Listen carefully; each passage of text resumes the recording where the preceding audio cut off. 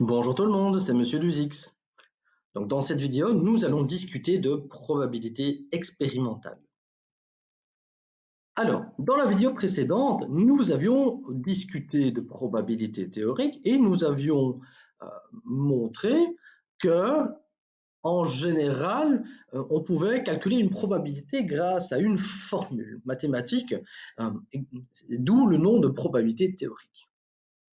Malheureusement, ce n'est pas toujours possible, ce n'est pas toujours faisable. Il y a quand même des situations où appliquer une simple formule, eh bien, ce n'est pas possible tout de suite.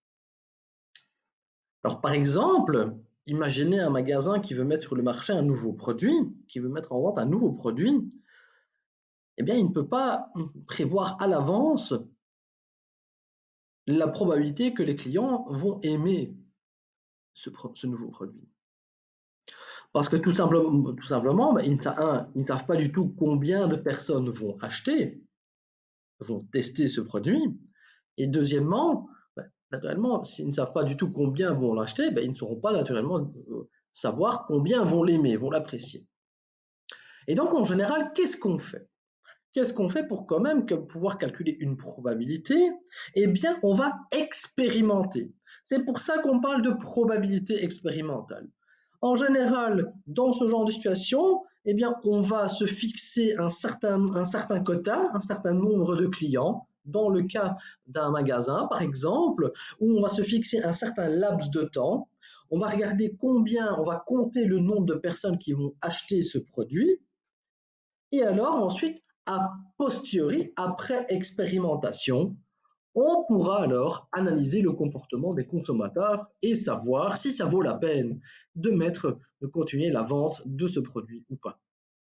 C'est pour ça qu'on parle de probabilité expérimentale. Alors je vais rester dans cet exemple de magasin, de supermarché, qui décide de mettre sur le marché un nouveau yaourt à la framboise. Et ils vont mettre en place une phase de test étalée sur 2 mois. Et après ces 2 mois, eh bien, on peut observer les résultats ici, ces appréciations-là. La question, naturellement, c'est de savoir combien de clients ont trouvé, quelle était la probabilité que ces clients ont trouvé ce yaourt très bon. Alors là, comme vous pouvez le constater, on a fait l'expérience, on a obtenu les résultats et on peut calculer les probabilités après expérimentation. Probabilité expérimentale. Et donc, quelle est l'expérience aléatoire? C'est le fait d'apprécier un yaourt à la framboise.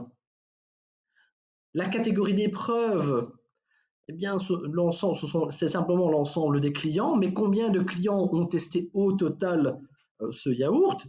Ici, on voit la répartition selon l'appréciation. Pour connaître le nombre total, on va simplement compter, on va calculer, on va tout additionner, et on peut montrer que c'est 100.